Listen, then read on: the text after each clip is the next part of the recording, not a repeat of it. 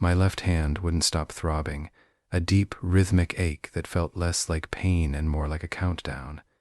It pulsed in time with the sickly green digits of the dashboard clock, which was also counting down, to something I refused to name.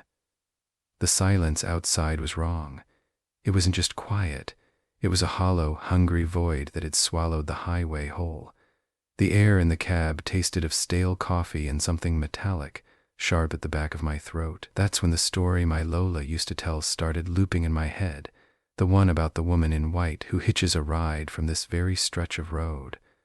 I'd always thought it was just a tale to scare kids into behaving. Now, the cold sweat trickling down my spine told me otherwise. I knew, with a certainty that froze the blood in my veins, that I was driving straight toward her. Pampanga for nearly an hour. This part of the trip was always my least favorite because of the way the land opened up into vast, flat expanses of rice fields. At this hour, there were no streetlights to break the horizon. The only things that existed were the road, the darkness, and the swaying stalks of grain that looked like a sea of moving ghosts under the moonlight. Every few kilometers, a solitary tree would stand like a sentinel against the black sky, its branches casting long, skeletal shadows over the lane.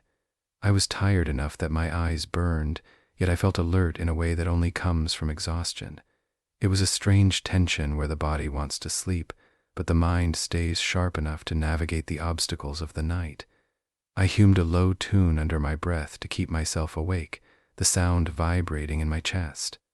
The road was straight and predictable for miles, cutting through the heart of the rural countryside. Then the headlights caught something.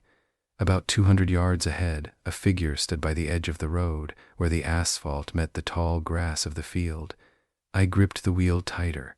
At first, I thought it was a plastic bag caught in some brush or perhaps a discarded piece of plywood, but as I drew closer, the shape solidified into something distinct. It was a woman. She was standing perfectly still, her back turned toward me. She wore a long, flowing white dress that seemed to blend into the mist hanging over the ground. I slowed down instinctively. My heart hammered against my ribs like a trapped bird. In these parts, people didn't usually stand alone in the fields at 3 a.m. The logic of the world suggested she might be a local looking for a ride or someone who had wandered too far from their home. I prepared to roll down the window and call out to her, my voice already forming the first word of a greeting. But as the truck rolled closer, the light hit her more directly. She didn't move. She didn't turn around. As I passed within 20 feet of where she stood, something felt wrong with the air around her.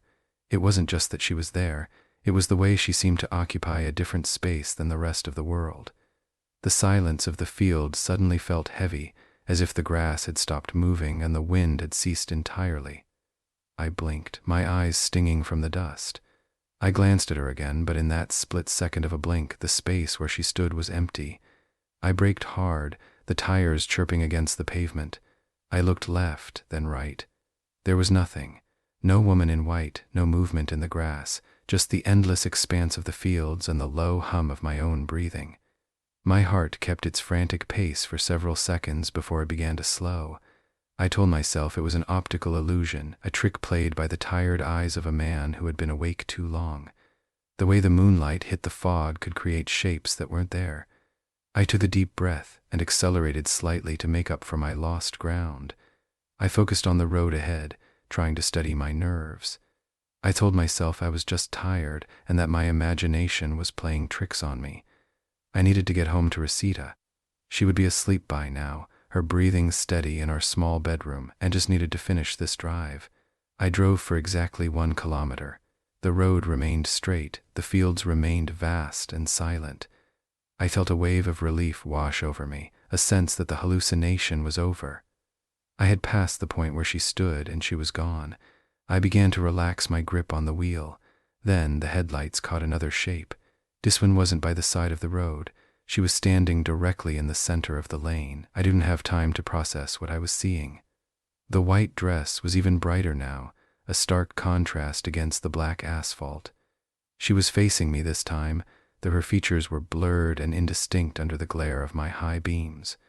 Her face looked like it had been smoothed over by time, as if the details of her features had been erased by years of being forgotten. I swerved. The truck lurched to the left, the tires screaming as they gripped the gravel on the shoulder of the road. The vehicle tilted precariously, and I felt the weight shift violently. For a heartbeat, I was sure he would flip.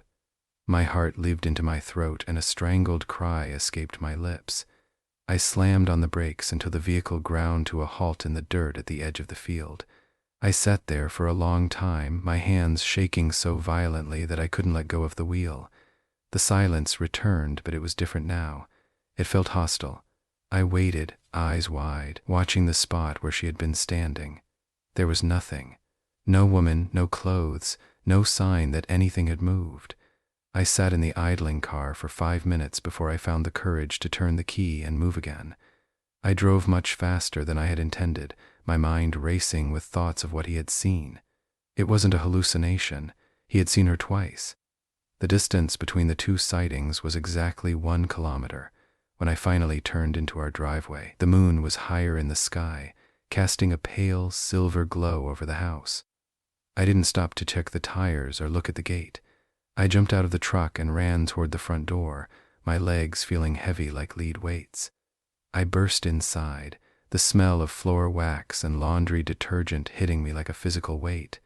Rosita was asleep in the bedroom. I could hear her soft breathing from the hallway. I sat down on the edge of our bed and put my head in my hands. My skin felt cold despite the tropical air outside. I stayed there for nearly half an hour, letting the adrenaline drain out of my system until my limbs felt numb. The fear remained as a dull ache in the back of my mind, but the immediate terror had subsided. Eventually, the exhaustion won. I crawled into bed beside her and fell into a deep, dreamless sleep. I woke up 3 hours later. The room was bathed in the gray light of dawn. Rosita was still asleep next to me, her hair spread across the pillow. I felt heavy and drained, as if someone had reached inside my chest and squeezed my heart for an hour. I sat up and rubbed my face with both hands, trying to shake off the lingering fog of sleep. I decided to go outside for a moment of air before the sun fully rose. I walked out to where the truck was parked in the yard.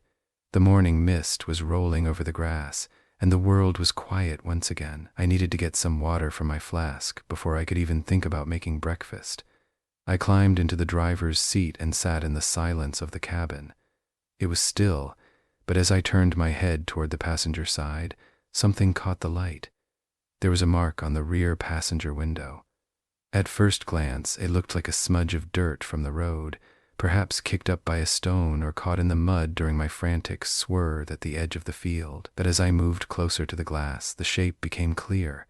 It was not a random smudge. It was a distinct money handprint. The palm and the fingers were pressed firmly against the glass from the outside, or so it seemed at first glance. But as I leaned in, my breath hitched in my throat. The mud wasn't on the outside of the glass. The grime was trapped between the panes of the window, or rather, it was smeared on the inner surface of the glass, facing into the cabin. It was a perfect print of a woman's hand, small and delicate, with long fingers that seemed to press deep into the material as if she had been reaching for something inside the truck while I slept. I looked at the empty passenger seat, then back at the handprint on the inner side of the window. The mud was still damp, and a faint, sweet smell like rotting lilies began to waft through the cabin air. If the person who touched that glass from the inside did so while I was driving or after I had arrived home, how did they get into the locked vehicle without me ever hearing them move?